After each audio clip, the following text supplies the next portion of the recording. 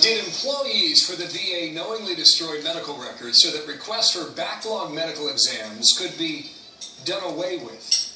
It's a shocking claim in an investigative report by the dailycaller.com, which uncovered the following audio from November of 2008, a meeting that appears to back up that claim. Watch this and listen carefully. While we're scheduling orders 5 years back, I'm still canceling orders from 2001. Anything over a year old should be canceled. Should be canceled or scheduled? Canceled, because they wouldn't let us do a mass purge. So it's just a matter of getting in there and canceling them ourselves. Pete Hegseth served in Iraq and Afghanistan, CEO of Concerned Veterans for America. Pete, good morning to you.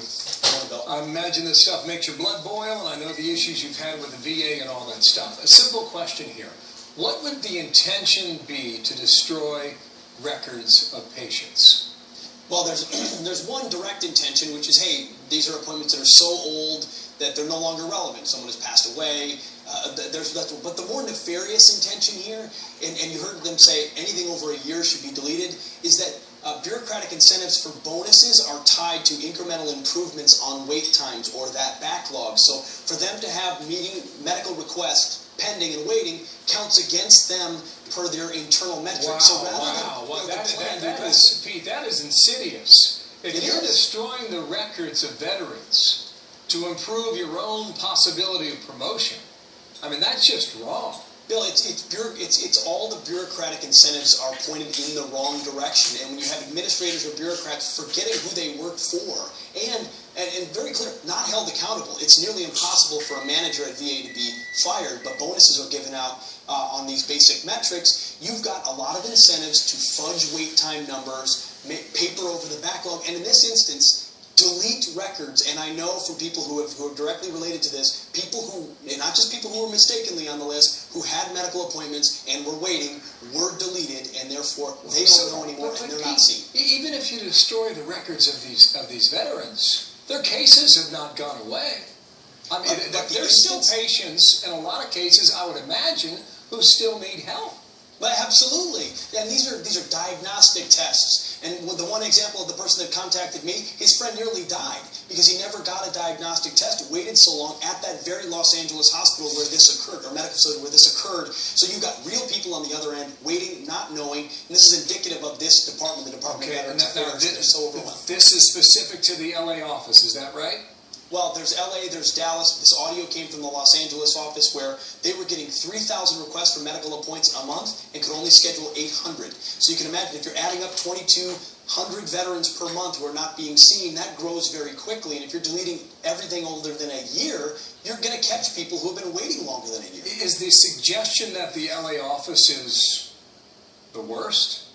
It's one of the worst. And when you look at, this is the medical facility side of waiting to be seen. There's the disability claims backlog as well, where veterans are waiting a year or a year and a half just for a response. So this is one of the worst. The problem is, if you live in Los Angeles, you don't have a choice to go elsewhere. You can't go to a private facility. You can't go to a different VA facility. So the veterans in Los Angeles are stuck with this environment where they're waiting months. Think about this, months for a colonoscopy, which could expose cancer. We did a story about a week ago. There's a push in Congress to allow, I guess, more flexibility to fire executives of the VA who perhaps some folks don't believe they're doing their job. Now, where is that today? And who ultimately would decide whether or not an executive at the Veterans Administration keeps their job or not? The Secretary of the Veterans Affairs, Eric Shinseki, would decide that. The bill is called the VA, the Veterans Management Accountability Act. It's House Bill 4013, I believe, or 2013 in the Senate, 4031 in the House. Jeff Miller, chairman of the House Committee, is carrying it in the House. Marco Rubio is carrying it in the Senate. And we're getting initial indications there's a lot of support for this. How could you not support empowering the Secretary to fire managers, which is nearly impossible right now, Bill, because of the impediments and who would be, these people should be treated like who would be against that? I don't know who could be against that. I think there are those who would say, well, these are workers' rights. But look at something like the Department of Defense. The reason some of the problems that were had there have been addressed is because people can be fired, senior managers can be fired there under particular circumstances. The VA Secretary doesn't have that power.